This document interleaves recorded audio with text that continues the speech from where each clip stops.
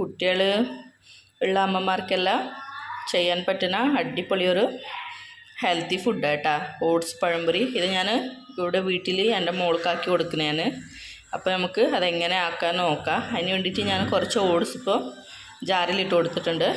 നമുക്ക് കുറച്ച് ഓട്സും പിന്നെ ഇതിൽ തേങ്ങയും കൂടി കുറച്ച് ഇട്ട് കൊടുക്കാം. തേങ്ങ ഇട്ട് കൊടുത്തിട്ടുണ്ട്. നമ്മളെ ഡ്രൈ നട്ട്സ് ഇല്ല അതെല്ലാം വാങ്ങിയിട്ട് പൊടിച്ചിട്ട് ഡബ്ബയിലാക്കി വെച്ചതാട്ടാ. അപ്പോൾ കുട്ടിക്ക് എല്ലാം ഇതുപോലെ പാലിൽ ചേർത്ത് കൊടുക്കുമ്പോൾ കുടിച്ചില്ലെങ്കിൽ നമുക്ക് ഇതുപോലെ നമ്മളെന്ത ഐറ്റംസ് ഉണ്ടാക്കുന്ന അതിൻ്റെ കൂട്ടത്തിൽ അത് ചേർത്തിട്ട് മിക്സ് ആക്കിയിട്ട് നമുക്ക് ഇതുപോലെ കൊടുത്താലും കഴിക്കും കേട്ടോ. ഇതിപ്പോൾ തീരാനായി, ഉപയോഗിച്ച് തീരാനായി. അപ്പോൾ ഞാൻ അതിൻ്റെ റെസിപ്പി പിന്നെ ഒരു ദിവസം ഇടാം. നട്ട്സ് പൊടി ഒരു 2 സ്പൂണ് ഇട്ട് കൊടുക്കുന്നുണ്ട്.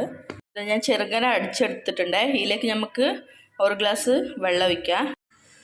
ഇത് ഞാനിപ്പോൾ ഇതുപോലെ മാവ് അരച്ചെടുത്തിട്ടുണ്ട്. കണ്ടില്ലേ, ഇതുപോലെ മാവ് ഇപ്പോൾ അരച്ചെടുത്തിട്ടുണ്ട്. ഇതിലേക്ക് നമുക്ക് പഴം ഇട്ട് കൊടുക്കാം.